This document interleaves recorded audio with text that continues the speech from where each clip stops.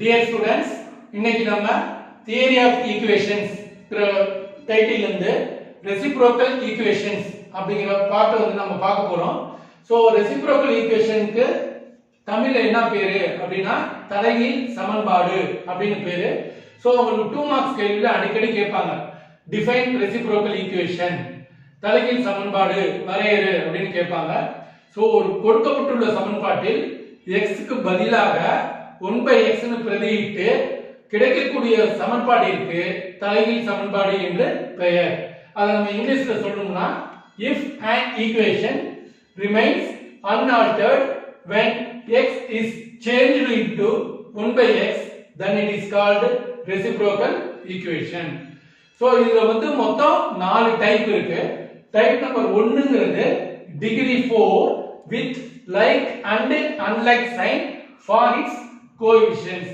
Degree வந்து 4 இருக்கும். அதாவது கொடுக்கப்பட்டுள்ள கணக்குகள் அனைத்தும் பவர் 4 x பவர் 4 னு ஆரம்பிச்சுச்சுனா அது டைப் நம்பர் 1.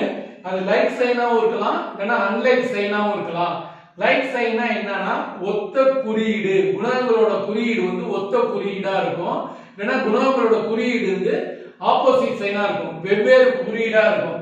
இப்போ உதாரணத்துக்கு பாத்தீங்கன்னா இப்போ முதல் கணக்கு நம்ம சால்வ் பண்ண போறோம். Solve x power 4 minus 10x cube plus 26x square minus 10x plus 1 equal to 0.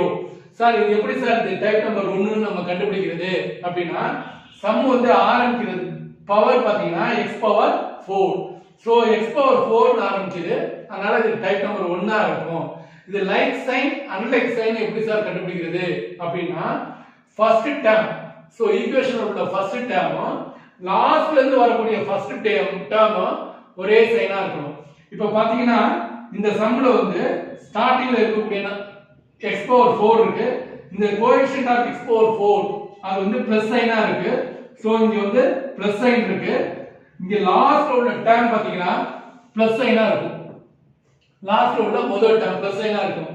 So இதுக்கு பேர் தான் லைக் கோஎஃபிஷியன்ட்ஸ். இப்போ செகண்ட் டேர்ம் பாத்தீங்கன்னா சோ இங்க -10x³ சைன் வந்து இங்க -10 ஆ இருக்கு. லாஸ்ட்ல இருந்து செகண்ட் டேர்ம் பாத்தீங்கன்னா -10 ஆவே இருக்கு. சோ அதனால இதுக்கு பேரு லைக் சைன். சோ அன்லைக் சைன்னா இங்க மைனஸ் இங்க பிளஸ் இருக்கலாம், இல்லனா இங்க பிளஸ் இங்க மைனஸ் இருக்கலாம். அப்படி இருந்துச்சுனா அன்லைக் சைன். இருந்தா எல்லாத்துக்கும் ஒண்ணாவே இருக்கும், இல்லனா இங்க லைக்கா இருந்துட்டு இங்க அன்லைக்கா இருக்காது. இப்போ இங்க பாத்தீங்கன்னா இங்க பிளஸ்ல இருக்கு, லாஸ்ட்ல உள்ள ஃபர்ஸ்ட் டேர்ம் வந்து பிளஸ்ஸா இருக்கு. இங்க இருந்து முதல்ல இருந்து போறது மைனஸா இருக்கு, லாஸ்ட்ல இருந்து செகண்டா உள்ளது மைனஸா இருக்கு. அப்படி இருந்தா மட்டும் தான் இதுக்கு பேரு லைக் சைன் பேரு, இல்லனா அன்லைக் சைனாவும் இருக்கலாம். டிகிரி வந்து 4 ஆ இருந்துச்சுனா இது ஃபர்ஸ்ட் டைப். இது நம்ம எப்படி சால்வ் பண்றது அப்படிங்கறத நான் உங்களுக்கு சொல்லி தரேன். ஈஸியா இருக்கும். எந்த ஒரு ஈக்குவேஷனா இருந்தாலும் ஸ்டெப் நம்பர் 1 வந்து dividing throughout by x². நல்லா ஞாபகம் வச்சுக்கோங்க. ஸ்டெப் நம்பர் 1 என்ன அப்படினா dividing throughout by x². கொடுக்கப்பட்டுள்ள சமன்பாட்டை x² ஆல் வகுக்க வேண்டும். dividing throughout by x².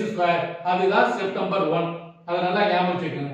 Step number 2 என்ன அப்படினா collecting like powers, collecting equal powers.